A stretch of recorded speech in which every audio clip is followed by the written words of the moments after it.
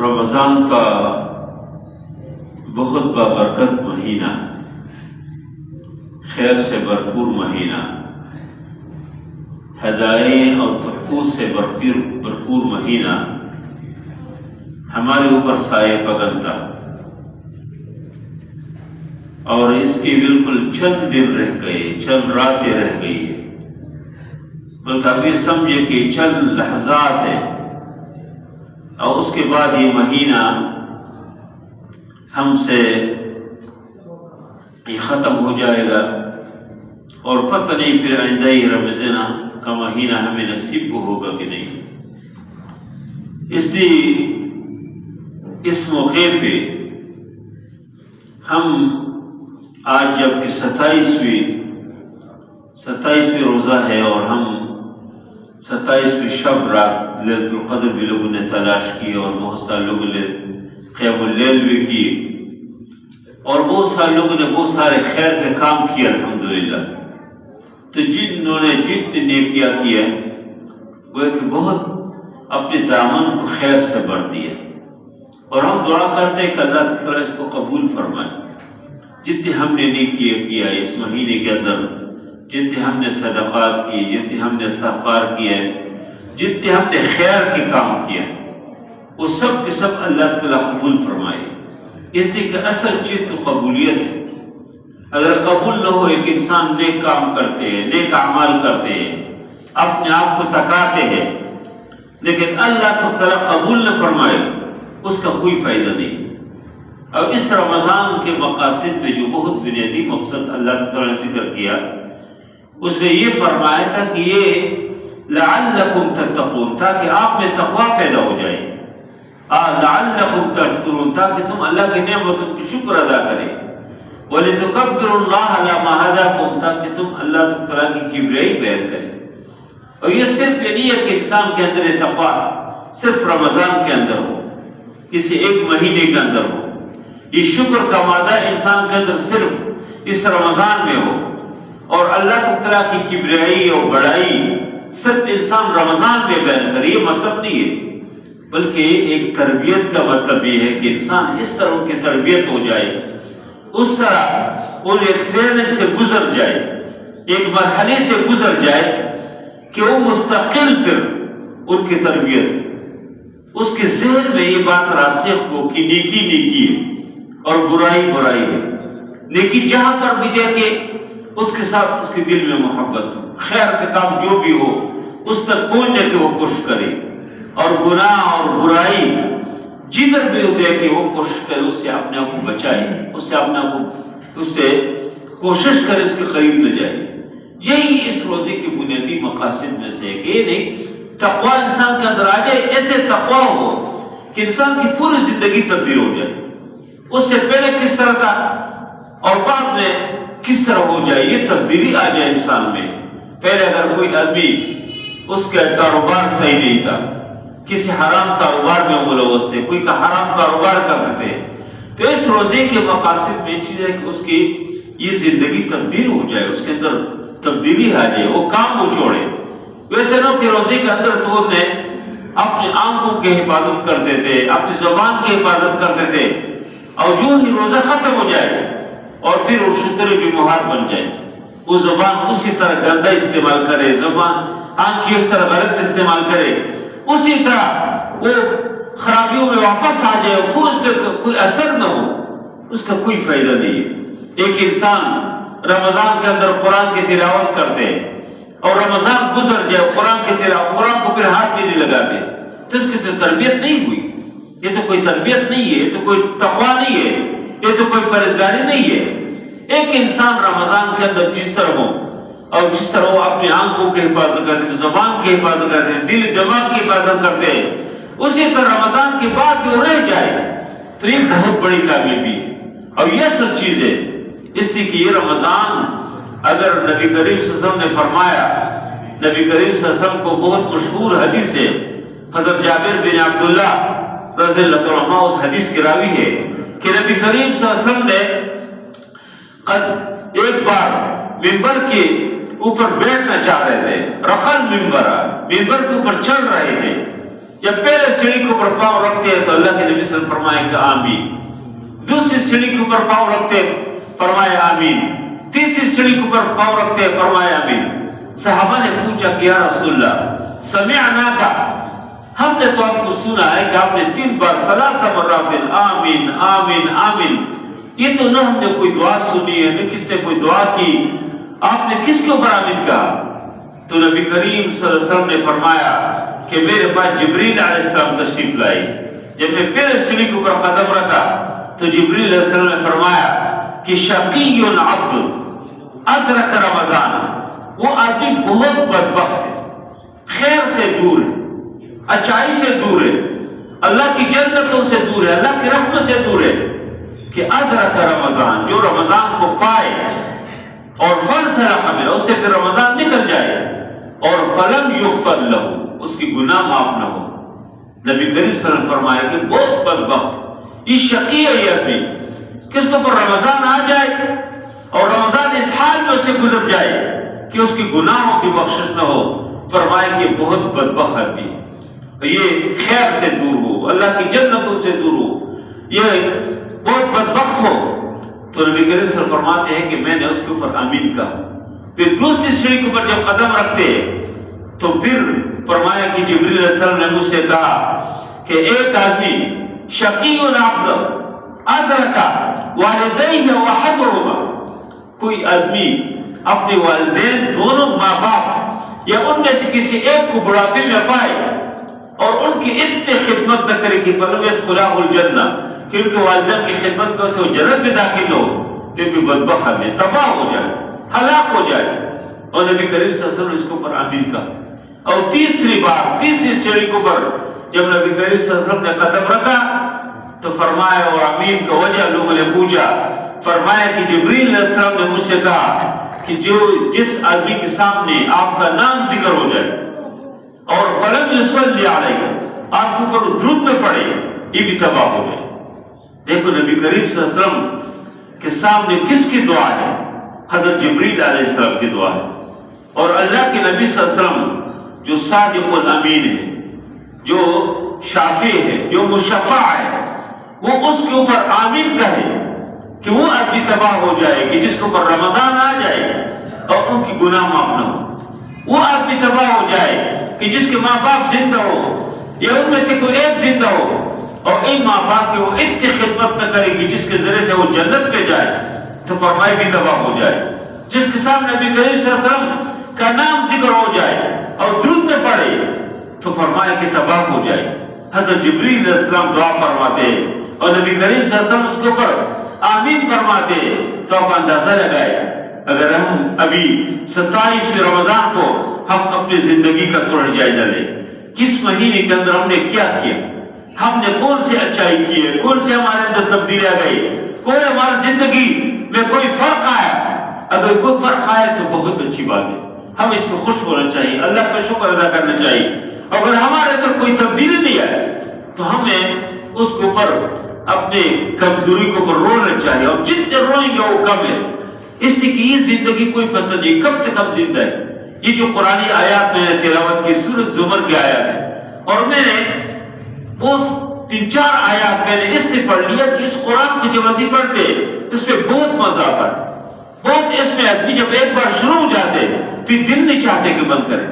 اس کے اندر بنیادی جو ابتدائی آیات ہے، اس کے اندر فرمایا کہ قل یا عبادی الذین اسرفوا علی انفسہم لا تقنطوا من رحمت اللہ،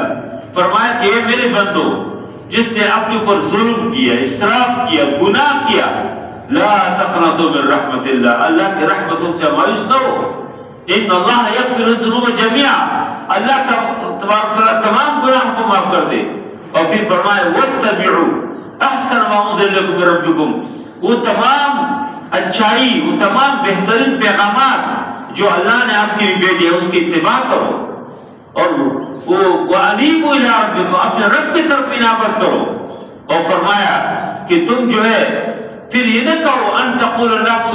یا حسرت علی ما فرطت فی جنب اللہ، کہ پھر آدمی یہ نہ کہے کہ میں نے تو اللہ کے بارے میں بہت کمی کی، مجھے تو اللہ نے جو حکم دیا اس کے اوپر میں نے عمل نہیں کیا۔ اور یہ بہت مشہور واقعہ ہے اور بہت مشہور حدیث ہے کہ نبی کریم صلی اللہ علیہ وسلم نے فرمایا کہ جب قیامت کے دن قائم ہو جائے، حساب کتاب ہو جائے، جنتی جنت میں جائے، جہنمی جہنم میں جائے، تو اللہ تعالیٰ موت کو ایک منٹ کی شکل میں، ملڈی کی شکل میں، ایک جانور کی شکل میں لائیں گے، ذبح کریں گے اور کہیں گے کہ آج کے بعد کوئی موت نہیں ہے، لا موت خلود، آج کے بعد کوئی موت نہیں، ہمیشہ زندگی ہے۔ اور جہنمی سے کہیں گے کہ تم ہمیشہ جہنم میں رہو، جنتی سے کہیں گے تم ہمیشہ جنت میں رہو۔ اور نبی کریم صلی اللہ علیہ وسلم نے بھی فرمایا کہ اس موقع پہ اگر کوئی آدمی غم کی وجہ سے مر جاتے نا تو جہنمی نے مرنا تھا، کہ دیکھو یہ مستقل ہم اس جہنم کے اندر رہیں گے جس کی گہرائی کتنی ہے، کیا آگ کی تپش کتنی ہے، کتنی گرم جگہ ہے، اسے مستقل رہیں گے اور وہ اتنے خفا ہو جائیں گے، اتنے خفا ہو جائیں گے، اتنے خفا ہو جائیں گے، ہاتھ ملیں گے، افسوس کریں گے کہ ہمارے ساتھ کیا ہوا۔ اور ادھر جو ہے نبی کریم صلی اللہ علیہ وسلم فرمایا کہ اگر غم اسی تکلیف کو سے کوئی مر جاتے ہیں تو جہنمی نے مر جاتا، اور جب جنتی دیکھیں گے کہ ہم مستقل جنت کریں گے، یہ مزو کی جگہ میں، اتنی خوبصورت جگہ میں کہ جہاں کی کوئی حساب نہیں، ہر چیز وہاں کی طرف، وہاں کے جو مکانات، وہاں کے جو برتن ہے، ہر چیز سونے کی، ہر طرح کی نعمتیں اور مزے، اور وہ مستقل ہو تو جنتی بہت خوش ہو جائیں گے۔ نبی کریم صلی اللہ علیہ وسلم نے فرمایا کوئی آدمی اگر خورشید کی وجہ سے مر جاتے تو جنتیوں نہ مرنا تھا، اتنے خوش ہو جائیں گے۔ لیکن نبی کریم صلی اللہ علیہ وسلم نے فرمایا کہ اس موقع پہ جنتی بے ہاتھ بنیں گے اور افسوس کریں گے، افسوس یا حسرت علی ما فرطت فی جنب اللہ، اور جہنمی بھی ہاتھ بنیں گے اور افسوس کریں گے۔ صحابہ نے پوچھا کہ یا رسول اللہ یہ ایک جہنمی تو ظاہر ہے کہ جہنم میں گیا ہوگا، وہ تو افسوس کریں گے ہی کریں گے، وہ تو خفا ہوگا، افسوس کریں گے، ہاتھ بنیں گے، لیکن ایک جنتی کیوں، جب وہ جنت میں ہے وہ کیوں ہاتھ بنے، وہ کیوں افسوس کرے؟ نبی کریم صلی اللہ علیہ وسلم نے فرمایا کہ جب جنتی وہ جنت کو دیکھیں گے، اس کے مزے اور اس کی خوبصورتیوں کو دیکھیں گے، وہ ہاتھ بنیں گے، کاش میں کوئی اور زیادہ بہتر عمل کروں، جو سیکنڈ اور لمحات میں نے ضائع کی کاش میں ضائع نہ کر۔ دیکھیے بیت الخلاء میں داخل ہوتے نا تو بیت الخلاء سے نکلتے ہم کون سی دعا پڑھتے؟ غفران، یعنی اس موقع پہ دعا کیوں پڑھتے ہو کہ اللہ معاف کرے، یا اللہ مغفرت کرے، یا اللہ کمزوری ہو گئی معاف کرے۔ کون سی کمزوری؟ یہ جو کچھ وقت کے لیے تم بیت الخلاء میں گئے تھے ادھر ذکر نہیں کر سکتے آپ، کچھ وقت جو ذکر سے خالی آپ کا لمحہ ہے اس پہ یہ دعا نبی کریم صلی اللہ علیہ وسلم سمجھایا، سکھایا کہ تم غفرانک کہو۔ جب بیت الخلاء سے نکلتے اور بھی دعا ہے، الحمدللہ الذی اذهب عنی الاذی وعافانی، یہ بھی آدمی پڑھے کہ بیت الخلاء میں داخل ہو جاتے تو دعا پڑھے، نکلتے دعا پڑھے، لیکن بیت الخلاء کے اندر کچھ نہیں پڑھا ہوتے، کچھ وقت خاموش بیٹھے تھے، تو کچھ وقت جو ذکر سے وہ محروم ہو گیا، تو اس کے اوپر یہ دعا نبی کریم صلی اللہ علیہ وسلم نے سکھایا کہ تم اتنے وقت کیوں، آپ سے ایک موقع ضائع ہو گیا، ایک ایک سیکنڈ، ایک ایک منٹ انسان کی بہت قیمتی ہے۔ تو ادھر جب جنتی جنت کی نعمتیں دیکھیں گے، اس کی مزید دیکھیں گے تو افسوس کریں گے کہ کاش ہمارے جو کچھ اوقات گپ شپ میں، لہو لعب میں، ادھر ادھر کی چیز میں گزرے، کاش ہم ضائع نہ کرتے، اس کو بھی ہم قیمتی بنا دیں۔ اس لیے ان آیات کے اندر حضرت عبداللہ بن عمر رضی اللہ عنہ فرماتے کہ بہت زیادہ اللہ کی طرح کی رحمت ان جو جوش میں تو ان آیت ہے۔ حضرت عبداللہ بن عباس حضرت علماء فرماتے ہیں کہ قرآن میں سب سے زیادہ جو پر امید آیات ہوئی ہے کہ اللہ نے فرمایا کہ یا عبادی الذین اسرفوا، اے میرے بندو، اللہ نے اپنے میرے بندو، جس طرح باپ اپنے بیٹے سے کہتے اے میرے بیٹے، اے میرے بیٹے، اس طرح اللہ کی طرح اب کو رکھے اے میرے بندو، اے میرے بندے، الذین اسرفوا علی انفسہم، جس نے اپنے اوپر ظلم کیا، اسراف کیا، لا تقنطوا من رحمت اللہ، اللہ کی رحمت سے مایوس نہ ہو۔ اللہ نے کیسے مخاطب کیا اور پھر فرمایا کہ ان اللہ یغفر الذنوب جميعا، اللہ کی طرح تمام گناہ معاف کر دیتے، انہ هو الغفور الرحیم، اللہ کی طرح غفور ذات ہے، رحیم ذات ہے، اللہ کی طرح معافی کو پسند کرتے ہیں۔ اللہ کی طرح کے پاس کوئی آ جائے، اس نے کوئی گناہ کیا، اللہ کے دربار میں آ جائے اللہ اس کو بہت پسند کرتے ہیں۔ نبی کریم صلی اللہ علیہ وسلم نے ایک مثال سے واضح کیا کہ اللہ تعالیٰ کتنے خوش ہو جاتے ہیں بندے کے توبے کے اوپر۔ فرمایا کہ ایک آدمی ہے اپنے اونٹ کے اوپر، اونٹی کے اوپر سوار ہے اور کسی بیابان میں سفر کر دے، اسی اونٹی کے اوپر اس کی کھانے پینے کی ہر چیز اس کے اوپر موجود ہے، اور ایک بیابان ہے، دور تک کوئی آبادی نہیں ہے، کوئی پانی نہیں ہے، کوئی چیز نہیں ہے۔ اسی صحرا میں اس کی وہ اونٹ غائب ہو جائے، اس اونٹ کے اوپر اس کی سب کچھ کھانے پینے کی چیزیں ہیں، اس کے زندگی کے وہ ایک سامان اس اونٹ کے اوپر موجود ہے، لیکن یہ اس اونٹ کی تلاش میں نکلتے، اس کو تلاش کرتے ہیں اور تھک جاتے ہیں، اور پھر آخر اس کو یقین ہو جاتا ہے کہ میں بیمار ہوں گا اس صحرا میں، اس کی جب پانی نہ ہو، جب کھانے کی چیز نہ ہو اور کوئی آبادی نہیں ہے تو انسان نے مرنا ہے۔ وہ اسی تھکا اور ہارا ہوا آ کے اس کسی درخت کے نیچے سو جاتے ہیں کہ اب ادھر مر جاؤں گا، بس اور تو کوئی راستہ ہے نہیں، اور اسی عالم میں اس کی آنکھیں لگ جاتے ہیں، اور جب کچھ وقت بعد جب دوبارہ اس کی آنکھیں کھل جاتے ہیں، وہ دیکھتے ہیں کہ وہ اونٹ اس سواری اسی طرح سامان کے ساتھ موجود ہے۔ یہ آدمی اتنے خوش ہو جاتے ہیں کہ یہ زبان سے ان کے یہ الفاظ لکھتے ہیں کہ یا اللہ تم میرے بندہ ہو اور میں آپ کا رب ہوں، یعنی اتنے خوش ہو جاتے ہیں خوشی سے۔ تو فرمایا کہ اللہ کی طرح بھی اسی بندے سے زیادہ خوش ہو جائے اپنے بندے کے توبے کے اوپر۔ اور یہ رمضان کا مہینہ جو نبی کریم صلی اللہ علیہ وسلم فرمایا کہ اس کے ابتدائی 10 دن اللہ تعالیٰ کے رحمت جوش میں ہوتے ہیں، اور پھر اس کے بعد اللہ تعالیٰ کی طرف سے مغفرت، پھر جو ہے خیر اشر میں اکم من النار، جہنم کی آگ سے خلاصی ملتے لوگوں کو، اور لوگوں کو آزاد کرتے، اور اللہ تعالیٰ کی طرف سے فرمانے حاصل ہو جاتے، اور ربی کو اس نے جو کچھ کیا اس کے مطابق اللہ تعالیٰ اس کو جہنم کے آگ سے اس کے آزادی کا اعلان کرتے۔ کتنی بڑی بات ہے۔ اور نبی کریم صلی اللہ علیہ وسلم نے بھی فرمایا کہ اللہ تعالیٰ 70,000 لوگوں کو بغیر حساب کتاب کی جنت میں لے جائیں، اور ایک روایت سے بھی معلوم ہوتے کہ ان 70,000 میں ہر آدمی کے ساتھ الگ الگ 70,000 یہ کتنے لوگ ہوئے۔ انسان اللہ کی اس رحمت پہ منتظر ہو کہ اللہ کتنے رحیم ہے، کتنے رحمان ہے، اللہ کی کتنی وسیع دربار ہے، اس کی اللہ کے یعنی کتنے فضل ہے، کتنے رحم ہے اللہ تعالیٰ کے،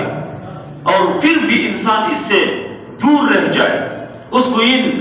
رحمت نہ ملے تو کتنی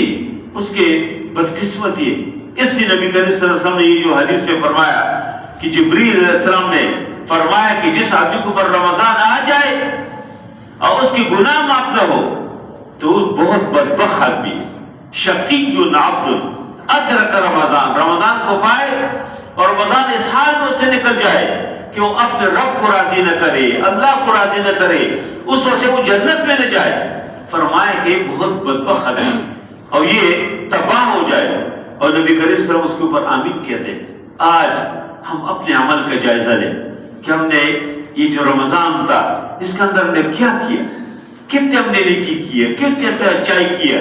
اور میں نے پھر بھی شاید گزشتہ جمعے میں بھی آپ سے ذکر کیا ہو کہ انسان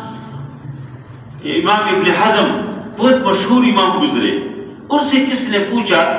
کہ تم یہ بتاؤ کہ آپ کے علم کا جو نچوڑ ہے، آپ نے لکھا ہے، آپ نے پڑھا ہے، اس کا خلاصہ کیا۔ اور یہ کئی لوگوں کی اس طرح کے اقوال ہیں، امام ابن جوزی کے بارے میں بھی یہ مشہور ہے، اور یہ امام غزالی کے بارے میں بھی یہ مشہور ہے کہ ان سے کس نے پوچھا کہ آپ نے تو بہت پڑھا، بہت لکھا، بہت پڑھایا، تو آپ نے اس پورے علم کا خلاصہ کیا ہے۔ اس نے کہا کہ میرے اس علم کا خلاصہ یہ کہ انسان جو ہے کبھی کسی تکلیف اور مشقت کی وجہ سے کسی نیکی کام کو نہ چھوڑے۔ کوئی بھی نیکی کا کام ہے لیکن مشکل ہے، تکلیف ہے، تو اس کو نہ چھوڑے، اس لیے کہ وہ جو مشقت طاعت ہے تذہب، وہ جو طاعت کی جو مشقت ہے، تکلیف ہے، وہ ختم ہو جاتے ہیں، اور جو نیکی آپ کے عمل نامے میں ہمیشہ کی بھی اللہ تعالیٰ لکھ دیتے۔ اور دوسرے انہوں نے فرمایا کہ کوئی آدمی کسی وقتی لذت کی وجہ سے کوئی گناہ کا کام نہ کرے، اس لیے کہ ان لذت المعاصی تذہب، اس لیے کہ گناہ کے جو لذت ہے وہ ختم ہو جاتے ہیں، وَيَبْقَى عِقَابُهَا، اور اس کی جو عقاب ہے، اس کی جو سزا ہے، اگر توبہ کی توفیق نہیں ملے تو آپ کے عمل نامے میں اللہ لکھیں گے اور اسی طرف اسی کے ساتھ جو ہے جہنم میں جائیں گے۔ اس لیے ایک آدمی دیکھے اب اس روزہ یہ جو کتنے بابرکت مہینہ تھا، لیکن کئی لوگ تھے جو کہہ رہے کتنے بدقسمت لوگ ہیں، نوجوان خوبصورت نوجوان دکان میں بیٹھے ہو کہہ رہے، کتنے لوگ ہیں کہ جنہوں نے اپنے ہوٹل کھولے اور کھلا رہے لوگوں،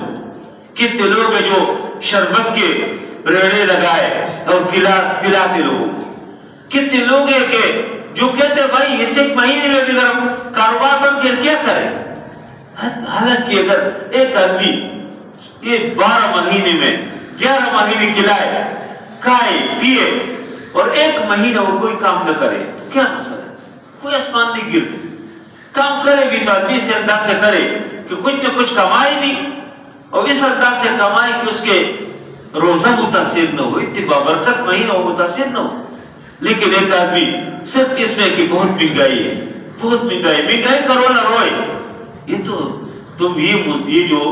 جو کچھ ہے تو ہمارے عمل کی وجہ سے، جب ہم ٹھیک ہو جائیں ہم اللہ کی طرف رجوع کریں، اللہ تعالیٰ کے ہو جائے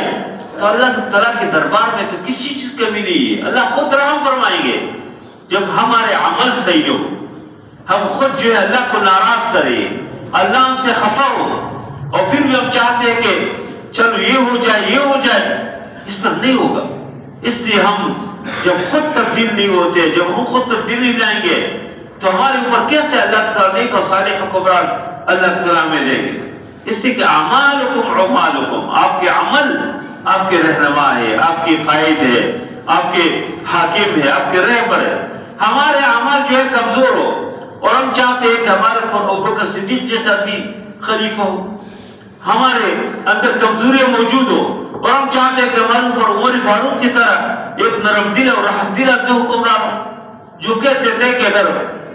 فرات کے کنارے کوئی کتا بھی اگر پیاس سے یا بھوک سے مر جاتے اللہ عمر سے پوچھے گا، روتے تھے اور رات کے تاریکی میں گھومتے پھرتے تھے کہ لوگ کی حالت کیا ہے۔ اس لیے کہ اس کا یہ احساس تھا کہ اگر کسی کو کوئی تکلیف ہو اللہ قیامت کے دن مجھ سے پوچھیں گے۔ ایک مسلمان حاکم، ایک رحم دل حاکم، اس وجہ سے کہ نیچے رعیت جس طرح ہو اس طرح اللہ اس کو حاکم بھی دے دے۔ ایک جگہ سے بہت ساری غنیمتیں آ گئی، عمر فاروق رضی اللہ عنہ نے ان کو دیکھا کہ اس کے اندر کسی نے کوئی کمی، کوئی خیانت نہیں کی، کوئی دھوکہ نہیں کیا اور اس طرح بالکل صحیح سالم، تو عمر فاروق رضی اللہ عنہ روئے کہ دیکھو کتنے اچھے لوگ ہیں، کتنے اچھے رعیہ ہیں کہ کوئی اس میں کوئی خیانت نہیں کیا۔ حضرت علی رضی اللہ عنہ نے فرمایا کہ تم خود دیکھو، تم خود نیکو تو اس لیے اس کے اثرات نیچے۔ جب انسان خود نیکو، نیچے نیکو، اوپر نیکو، ایک نیکی کے ماحول کے اندر پھر یہ سب کچھ ممکن ہے۔ لیکن جب ایک کمزوریاں ہو تو اس لیے آپ دیکھیں جس آدمی کی جو بھی بس چلتے اس طرح وہ کرتے۔ اس لیے بہت بابرکت مہینہ تھا، یہ گویا کہ ایک بہترین مہمان تھا یہ رمضان۔ وہ مہمان جو آپ کے گھر میں اگر ایسے مہمان آ جائے کہ جو آتے ہیں تو اپنے پاس بہترین قسم کے تحفے لائیں گے، ہر قسم کے تحائف ان کے پاس ہو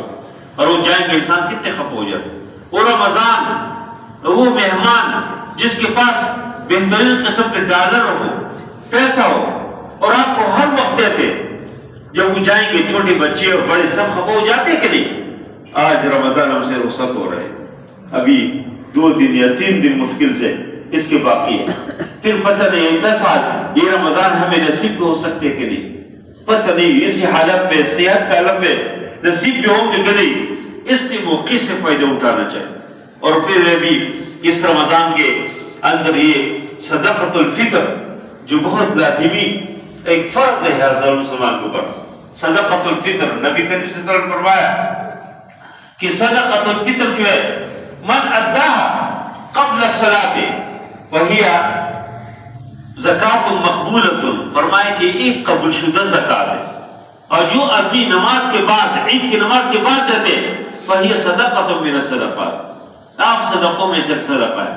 اس لیے فطرانہ، اور فطرانہ کیا ہے؟ یہ ہر مسلمان یہ قسم اپنی طرف سے جو دیتے ہیں تو یہ فرمایا نبی کریم صلی اللہ علیہ وسلم نے کہ صدقۃ الفطر جو ہے یہ جو روزوں میں جو کمزور رہ گئے ہو اس کے لیے طہرۃ للصائم، روزے کے روزہ دار کے روزوں کے لیے اس کی صفائی ہے، اس سے اس کے روزے پاک ہو جاتے ہیں من الرفث واللغو، اس سے اگر کوئی کمزوری ہو گئے وہ معاف ہو جاتے ہیں۔ اور دوسرے کہ طعمۃ للمساکین، یہ مسکینوں کے لیے کھانا ہے، جب یہ آدمی دیتے ہیں ایک تو اس کے روزے پاک و صاف ہو جائے، روزوں میں کوئی کمزور رہ گئے ہو اس سے معافی ہو جاتے ہیں۔ دوسرے کہ اس کے نتیجے میں آپ کے گھر میں جس طرح خوشی ہے، آپ گھر میں جس طرح سویہ آپ کھائیں گے، آپ گوشت کھائیں گے، آپ کے بچے بہترین قسم کپڑے پہنے ہوئے ہیں، آپ کے بچوں کے ہاتھ میں مٹھائی ہے اور بہترین کی چیزیں کھاتے ہیں، تاکہ آپ کے پڑوس میں جو غریب ہو، مسکین ہو، فقیر آدمی ہے اس کو بھی مل جائے۔ اور یہ اس زمانے میں صحابہ کرام عید کی نماز کے جانے سے پہلے بھی دیتے تھے، چند دن پہلے بھی عمر فاروق رضی اللہ عنہ، عبداللہ بن عمر کے بارے میں مشہور ہے کہ وہ 2 دن یا 3 دن پہلے دیتے بیومن او یومین،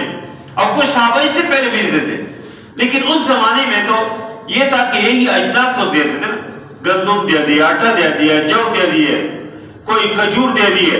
تو اس وقت بھی آپ دے رہے کوئی مسئلہ نہیں۔ لیکن آج کل تو یہ لوگ نہیں دیتے، آج کل تو نقد رقم دیتے۔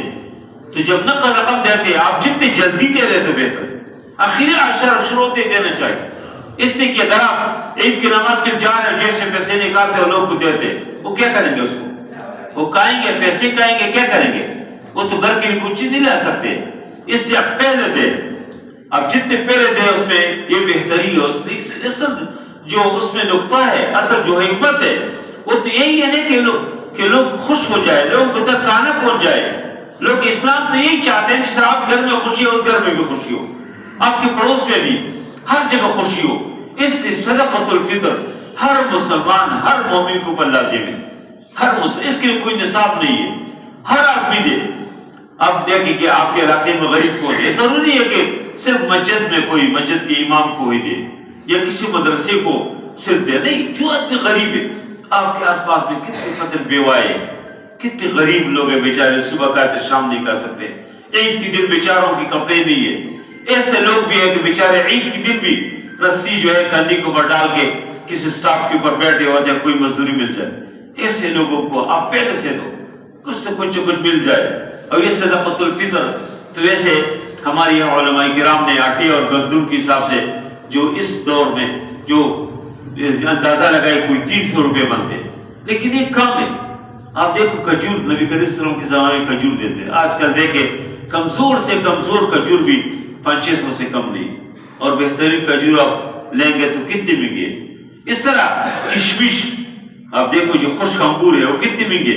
اس زمانے میں حساب سے لوگ دیتے تھے۔ تو آپ کوشش کریں اس کے اب اصل مفتی انسان کی ضمیر ہے، یہ ضمیر یہ سوچ ہے کہ میں اطمینان ہو جائے، اللہ نے اگر آپ کو بہت دیا تو آپ بہت زیادہ بہترین دو، 300 نہ دو، اب 500 دو، 1000 دو، 5,000 دو،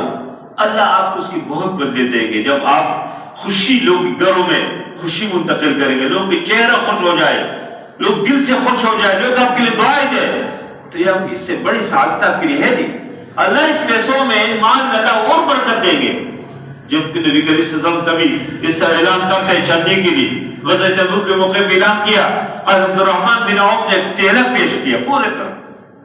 پوری طرح سونے اور چاندی کے ایک تیلہ پیش کیا۔ اللہ کے نبی نے پوچھا کہ کتنے ہیں؟ اس نے کہا یا رسول اللہ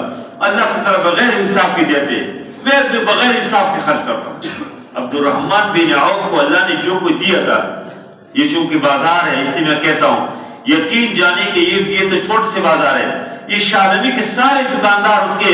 آمدن جمع کرے نا، تو عبد الرحمن بن عوف کے وہ جو ترکہ ہے، جو مرنے کے بعد اس کا میراث لوگوں نے تقسیم کیا، سونے اور چاندی کے اینٹ توڑ کے اس کو میراث ورثہ میں تقسیم کیا، اس کو نہیں پہنچ سکتے، اس کے میراث کو نہیں پہنچ سکتے۔ اسی کا عبد الرحمن بن عوف نے دونوں ہاتھ سے خرچ کیا، امہات المومنین کے لگے سے، مہاجرین کے لگے سے، انصار کے لگے سے، بدری صحابہ انگروں کے لگے سے، ہر غریب و مسکین کی الگ الگ کسی کو دونوں ہاتھ سے خرچ کیا۔ جب خرچ کیا اللہ نے بے شمار دے دے۔ اس لیے آپ کی صدقۃ الفطر آپ کل دل کے ساتھ نکالیں، لوگوں کو دے، اللہ آپ کو بہت دیں گے، آپ کے گھر میں اللہ بہت خوشی لائیں گے، آپ کھلے دل کے ساتھ لوگوں کو دیں۔ اور یہاں جماعت اسلامی کی یہاں پر ماشاءاللہ ذمہ دار موجود ہے، اگر آپ خود نہیں پہنچا سکتے ان کے ذریعے سے آپ دور کسی کو دینا چاہتے ہیں ادھر بھی آپ بیچ سکتے ہیں۔ اگر آپ کو خواہش ہے کہ فلسطین میں ہمارے صدقۃ الفطر پہنچ جائے، کشمیر میں پہنچ جائے، کسی اور جگہ پہنچ جائے، آپ اس یہ کام بھی کر سکتے ہیں۔ لیکن سب سے بہتر آپ کے پڑوس، آپ کے آس پاس کے علاقے کے لوگ ہیں، اور مدرسوں کو بھی آپ دے سکتے ہیں۔ لیکن مدرسوں میں آپ کو یہ تجویز دوں گا کہ مدرسے کو مالیات کے بجائے اگر ایک طالب علم کو ڈائریکٹ دے اسے بہتر، اس لیے کہ مدرسے تو بہت بڑا کام کرتے ہیں کہ اس کے مطبخ اور سب کچھ ذریعے سے ایک پورے نظام چلا رہے ہیں۔ لیکن ایسے طالب علم ہے بیچارے جس کے پاس کپڑے نہیں ہوتے، جس کے پاس پاؤں میں جوتے نہیں ہیں، جن بیچاروں کے پاس کرائے نہیں ہوتے، اس سال کے آغاز میں جو کتاب خریدتے ہیں اس کتاب کے پیسے ان کے پاس نہیں ہوتے، اگر آپ ان کو دے رہے ہیں، ایسے لوگ کو تلاش کریں جو مستحق ہو، آپ اس کو ظاہری کہتے ہیں تو نہ دیکھیں، بلکہ اس کو دیکھیں کہ اس کے آمدن کیا، اس کے کیا وہ ہے، اس کے مطابق سو دے۔ اور آخری بات جو میں گفتگو ختم کرتا ہوں وہ 6 روزے سوال کے ہیں۔ رمضان کے بعد یہ جو عید کی دن گزر جائے تو 6 روزے، حضرت ابو ایوب سری دنوں کی روایت ہے کہ نبی کریم صلی اللہ علیہ وسلم فرمایا کہ من صام رمضان، جو رمضان کے روزے رکھے، ثم اتبعه 6 من شوال، پھر شوال کی 6 روزے اس کے بعد، فرمایا کان کصیام الدہر، گویا کہ اس نے پوری سال کے روزے رکھے۔ اور بعض لوگ صیام الدہر کا مطلب ہے کہ عمر بھر سے روزے رکھے، عمر بھر، دہر زمانے کو بول دے کہ اس زمانے بھر سے روزے رکھے۔ یہ 6 روزے بہت سالی ہے، مسلسل نہیں ہے، عید کے بعد آپ پوری مہینے میں 6 روزے جب آپ کو موقع ہو رکھیں۔ اگر آپ کوشش کریں اور پیر اور جمعرات کو رکھیں، یہ بہت اچھی بات ہے، اس لیے کہ نبی کریم صلی اللہ علیہ وسلم پیر کی دن روزہ رکھتے تھے ہمیشہ، اور فرمایا کہ میں سے روزہ رکھتا ہوں کہ پیر کی دن میری پیدائش، اور جمعرات کے دن پوچھا کیوں روزہ رکھتے، فرمایا کہ اس لیے رکھتا ہوں کہ جمعرات کے دن انسانوں کے اعمال اللہ کے پاس جاتے ہیں، فرماتے ہیں کہ میرے اعمال اللہ کے پاس جائے اور میں روزے سا ہوں، یہ بھی مجھے پسند ہے۔ یا ایام بیس کی جو روزے ہے 13 14 15 اسلامی تاریخ کی جو سفید، یعنی اس کے دن تو ویسے سفید ہے لیکن رات میں بھی چاند کی روشنی مکمل ہوتی ہے، اس وجہ سے اس کو ایام بیس بولتے ہیں، اس کی روزے بھی نبی کریم صلی اللہ علیہ وسلم پابندی کے ساتھ رکھتے ہیں۔ تو آپ کوشش کریں کہ اس رمضان کے بعد شوال کے مہینے میں 6 دن کے جو روزے ہیں اس کو بھی ضرور رکھیں، اور انشاءاللہ اس کے نتیجے میں اللہ تعالیٰ میں خوشیاں نصیب فرمائیں گے۔ میں نوجوانوں سے درخواست کرتا ہوں کہ اللہ نے آپ کو جو جوانی دی ہے اس جوانی سے اللہ کو راضی کرو،